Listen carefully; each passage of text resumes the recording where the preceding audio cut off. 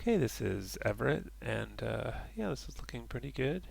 The hands look really big to me, so I might scale those guys down a lot and maybe move them, more like there. Maybe a little more, I don't know, something like that. These look a little faceted. I probably would have started with, the standard cylinder. The cylinder has, I don't know, 1, 2, 3, 4, 5, 6, like 12 um, subdivisions around the axis, but the standard one has, how many is that? 20. So yeah, I would usually use at least the 20 because otherwise this looks really faceted. Um, and this one looks good, except I would have beveled these edges as well, and these edges down here as well, because that looks sharp there compared to the rest. This stuff's looking good. This one, bevel could use more divisions on it. You still have it here, actually. You might be able to just add that now. Sometimes that works, sometimes it doesn't, depending on what you've done since you've beveled it. Something's funny with this here.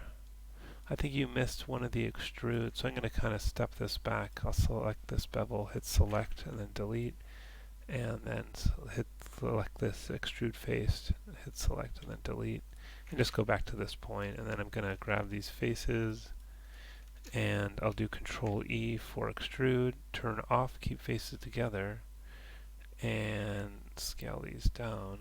And I think what you did at this point is you pushed it in at that point. I'm going to undo that. What I'm saying you should do is do extrude again, and then you get that inside surface there. Then I can bevel this, and I don't want to select these top ones or these middle ones, or it gives me a lot of extra edges I don't need. So in this case, it might be easier to select all the edges and then deselect the ones you don't want.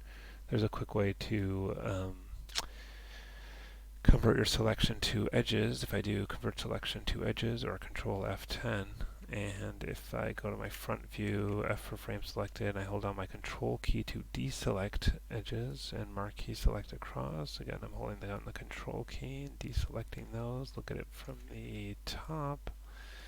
F for frame selected, 4 for wireframe, and deselect those top ones. And then I'm left with only the edges I needed to bevel, which I can then do with Control B.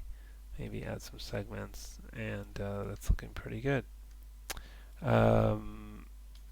And those ones are done. This maybe could scale out a little bit. Yeah, I think basically it's looking good. So yeah, a few little tweaks in there, but generally good. I might make this bevel a little bigger. Maybe this one too. Just a little more round on those. Something like that. Okay. Oh, and you could get this a little more organized. I think you have a bunch of stuff in here you can get rid of. Yeah, I don't know what that is. So yeah, that'll